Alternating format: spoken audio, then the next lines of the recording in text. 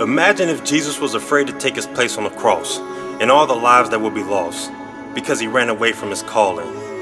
And what if because he ran it caused the kingdom to fall like Olympus did, all because he was afraid of the crucifixion? Or what if God was so afraid the creation he made would one day turn their backs on him, so instead he decided not to make them? Where would you and I be? You see, we can live our lives in a what if, but what if we lived our lives? What if we weren't afraid to try? What if we weren't afraid to do what was right? How much further would you and I be if we weren't afraid to succeed? What if you took that first step? What if you actually made something of yourself, and with God's help, you could see what you used to be to now what you've become? So the question is, what are you so afraid of? Me, I was afraid of what people would say, so I would push them away. I was afraid to be great even though I was told I would be one day. I was afraid of stumbling and falling. I was so afraid I even began to run away from my calling.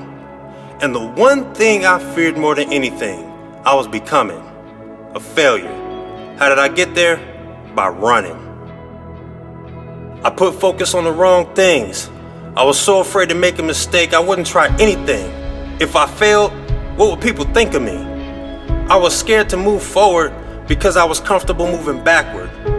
I was paranoid in a sense when I would hear other people's chatter. I was so afraid that people were laughing at me that I didn't want to hear any kind of laughter. And see, that's the thing. Fear will do anything to trick you. It tells you you can't do it because whatever it isn't in you. Why start something when you have no follow through? You won't see it to the end, so why even begin? Why put yourself in the race when you know you can't win? Yeah, that fear. The kind that'll keep you from jumping. That kind that won't even let you walk so you can forget about running. It's the fear that will keep your motor idling while others idly pass you by because you were too afraid to try. And why? Because the spirit of fear, it wasn't given by Christ. He gave you power, love, and a sound mind. He gave you the greatest love you will ever find. The mind to think beyond the world's reasoning time after time. And the power to understand. In order to stand up to fear, you must kneel. You kneel to put focus on God and not the mirage of false evidence appearing to be real. Because that's all fear is. So if fear isn't real, then it doesn't exist. So now the question is, if fear isn't real, then why give any more thought to it? If the Lord is truly your light and salvation, who would you fear? If the Lord is your helper, why be fearful? What can man do to you? And if you're really reading your Bible, that last line came out the book of Hebrews.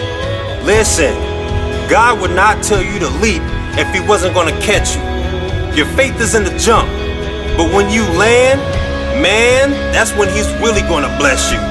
And if you think about it, you demonstrated through the word that fear isn't in you, and that the Spirit of God is stronger than anything the devil could ever attempt to do. Remember, whatever you set your mind to, God will be with you. As long as you keep your sights on him, fear will never win. And if you believe in him like he believes in you, then there's absolutely no reason to be fearful.